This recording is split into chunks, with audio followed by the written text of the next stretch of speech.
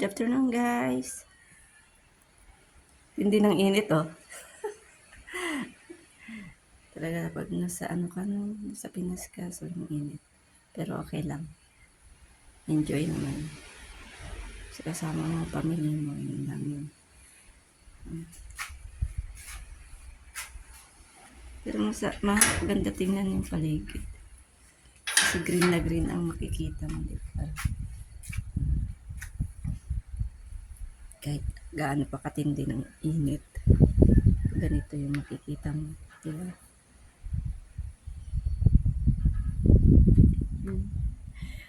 Yung paligid ng aking bahay.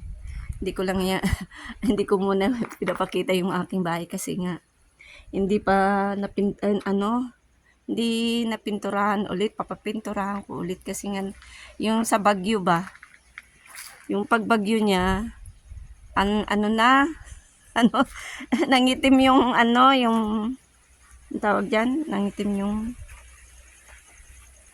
yung pintura sa labas. Kaya hindi ko na muna pinapakita. Yan. Yan yung kulungan ng mga manok ng ate ko. Yan yung 400 square meter na binili ko. Yan. Tinaniman na ng mga saging, papaya. Tapos may manukan ng ate ko, kambing. Lagyan ng kambing. Yung tricycle. Ito yung likod ng aking kwarto. Likod yan ng aking kwarto. Yan yung bintana ng aking kwarto. Yan. Yan yung gate namin. Yan. Hindi ko lang pinapakita sa taas kasi nga hindi pa naayos. Aayusin ko, papayos ko pa. Yan.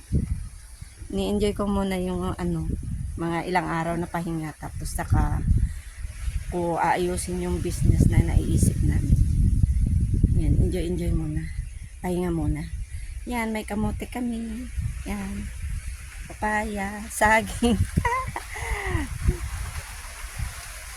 Okay, guys. Yan yung paligid ng aming bahay. Okay, bye guys for now because ang init sa labas.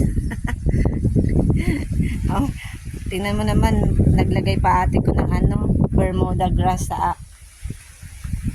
aming garden. Bermuda grass pa ate ko. Bye guys.